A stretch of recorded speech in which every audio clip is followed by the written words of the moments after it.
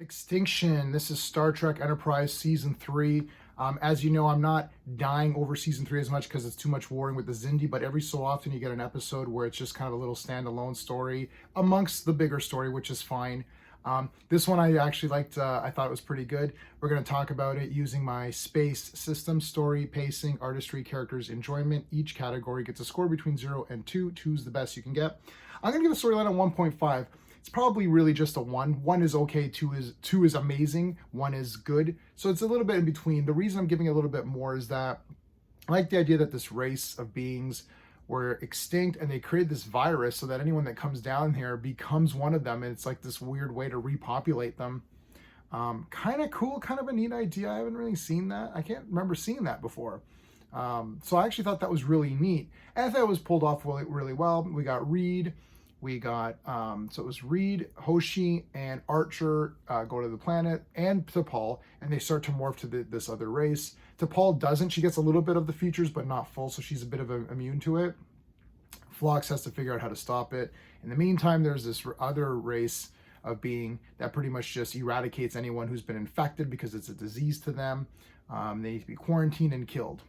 So they got to survive that. Also figure out how to reverse the disease. Pretty good. I liked it. I thought it was a good story. Not really any complaints. It was nice to see one of these sort of season 1, season 2-ish kind of episodes amongst these fighting ones. There wasn't really a big battle strategies or anything like that. So I was happy about that for this one. I do like war movies. The war movies are okay. I don't mind battles, but in Star Trek, no. I kind of want it to be more like problem solving and discovering aliens and that kind of a thing. So I like this one.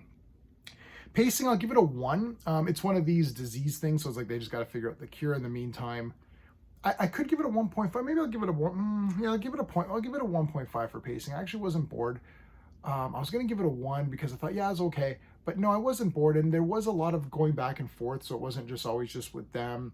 And it was going back and forth with different people doing different things, so it did keep your interest going. So yeah, I'll give it a 1 point. I'm going to change it to 1.5.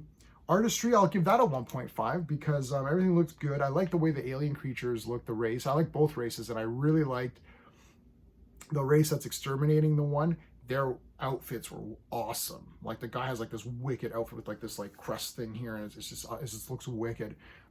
Their ships are awesome, good ship stuff. Again, I'm watching this on Blu-ray, widescreen 4K TV, surround sound. Everything's going good now. Again, I'm comparing the artistry to the times. I'm not comparing it to the latest, I don't know, Star Wars or something. Yeah, everything looked really good. I like the aliens. Characters, I'm gonna give it a 1.5. I actually liked all the characters in this one. I thought it was neat the way Archer and them kind of were behaving. It must have been a really fun episode to do where you're just like this weird kind of creature and so what's going on? They're eating the bug, not bugs, well, whatever they are, maggots or something. And you're just like, oh, that's gross. T'Pol had a tough role in this one because she's trying to like communicate with these people.